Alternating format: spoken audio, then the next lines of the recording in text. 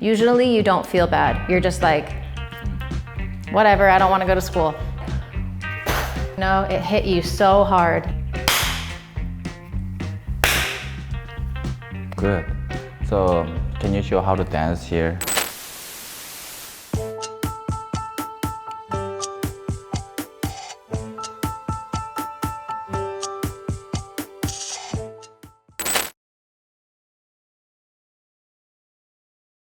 Freud said, love and work, that's all there is. Well, I'm retired and my wife is dead. As you can imagine, that's given me some time on my hands. My wife's been gone for 3.5 years. I miss her in every way, and retirement, that's an ongoing, relentless effort and creativity. At first, I admit I enjoyed the novelty of it. Sort of felt like I was playing hooky. I used all the miles I'd saved and traveled the globe. The problem was, no matter where I went, as soon as I got home, the nowhere to be thing hit me like a ton of bricks. I realized the key to this whole deal was to keep moving. Get up, get out of the house, and go somewhere. Anywhere. Come rain or shine, I am at Starbucks by 7:15. Can't explain it, but it makes me feel part of something. How do I spend the rest of my days? You name it. Golf, books, movies, yoga, learned to cook, bought some plants, took classes in Mandarin. Translation? Believe me, I've tried everything. And then, of course, there are funerals. So many more than I could imagine. The only traveling I do these days is out to San Diego to visit my son and his family. Oh, they're great. I love them to pieces. But to be honest, I think I probably relied on them way more than I should have. Freud said, love and work, work and love. That's all there is. Freud said, love and work. Those two things, that's all that matters. That's all there is. Like, that's the only two things that are important. You could also use, that's all there is. Like, you could say, oh, we went out to eat at this restaurant. They had beef, hamburger, but that's all there is. Like, it only had beef options. For like saying that's it. Well, I'm retired and my wife is dead. In the movie, his wife died recently, and retired means that he doesn't work anymore, technically. So he's like, Freud says love and work. He's like, well, I don't have love and I don't have work. You know, I don't work and my wife died, so she is dead. So I have no more love in my life. So that's what that's saying. And that's given me some time on my hands. That's given me some time on my hands. The fact that he doesn't have work and he doesn't have a relationship, now he has a lot of free time. And another way to say that is time on your hands. That's given me a lot of free time. Yeah. Or that's given me some time on my hands. Yeah. Same meaning. Yes. 여기서 약간 좀 주의해야 될 점이 뭐가 있냐면은 That's given me some time on my hands 해서 저는 처음에 이 단어를, 이 문장을 봤을 때 잘 받아들여지지가 않았어요. 왜냐면은 That's given me 해서 수동태인 줄 알았어요. That's given me. 근데 그게 아니고 That has given me or that gave me. 뭐 같은 뜻이죠. 과거형이고. 그래서 that has인데 보통 우리 어퍼스트로피 s 쓸 때는 that is 라고 쓰잖아요. 근데 여기서는 당연스럽게 그것도 말로 that has given me를 that's. 여기에도 좀 포인트가 있어야 될 것 같아요. 그래서 여러분이 잘 이해를 할 수 있을 것 같아요.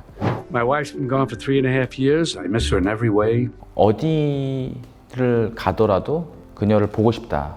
그녀의 흔적이 있다라는 거죠. So it's like every way possible. Every way. Anything you can think of, I miss her. It's like another way to say I miss her so much. I miss her so I miss her in every way. I miss her in every way. Recently I lost my car key. So I looked for my car key in every way. No. It doesn't make sense? No. Why not? 안 돼요. Why 왜 안 돼요? This is like a person. Person. It's saying I miss this person in every way. You wouldn't say it about an object. Okay.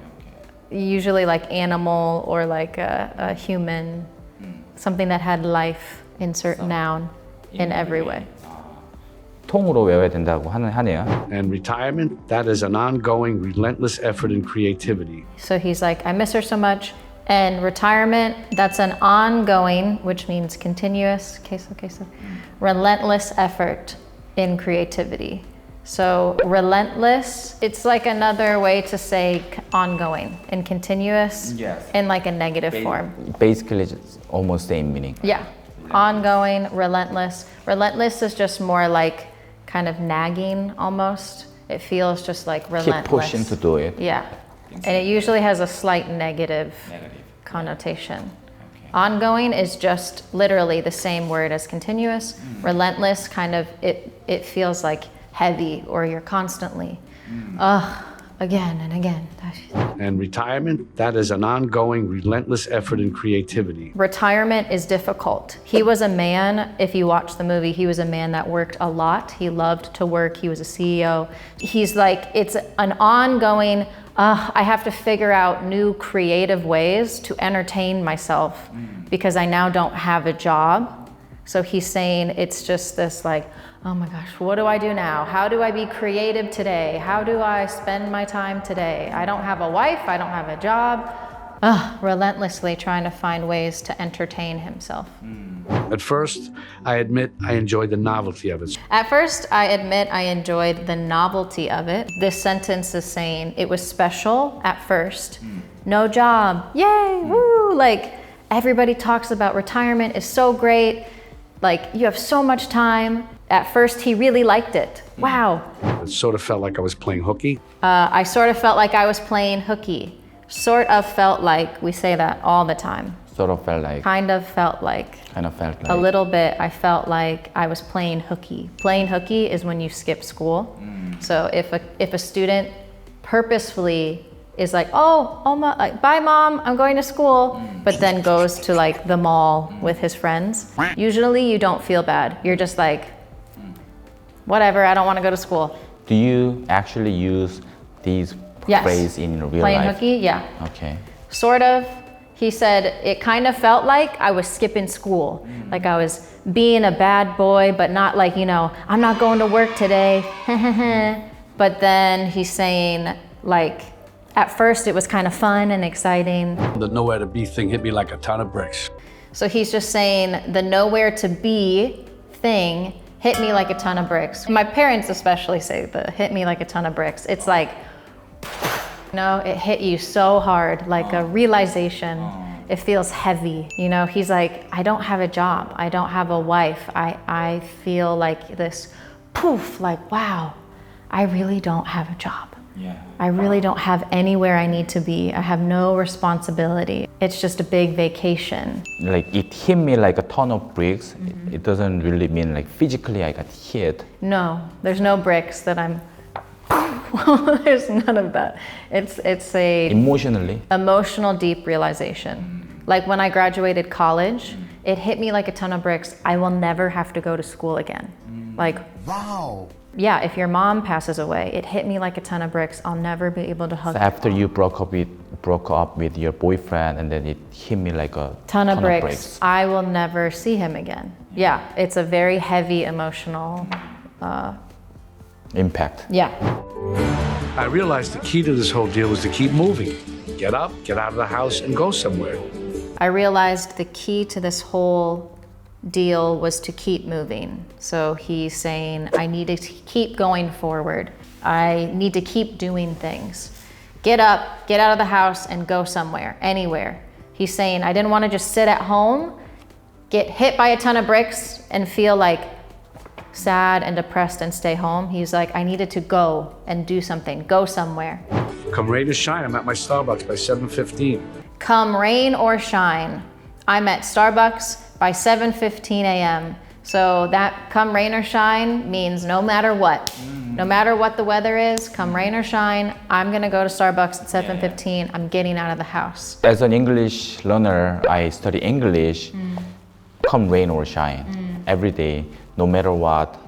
Usually it's the act of leaving your house.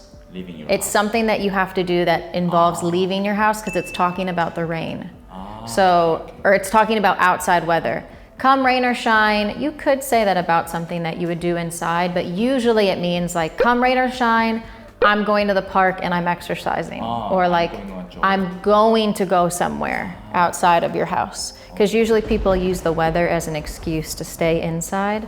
So that's why he's saying, come rain or shine, I'm at Starbucks. I'm going to Starbucks. Come rain or shine, I'm at my Starbucks by 7:15. Can't explain it, but it makes me feel part of something. Can't explain it, but it makes me feel part of something. So he's just saying like, now I don't have a job, I retired. So he's like, 7:15, I'm going to Starbucks.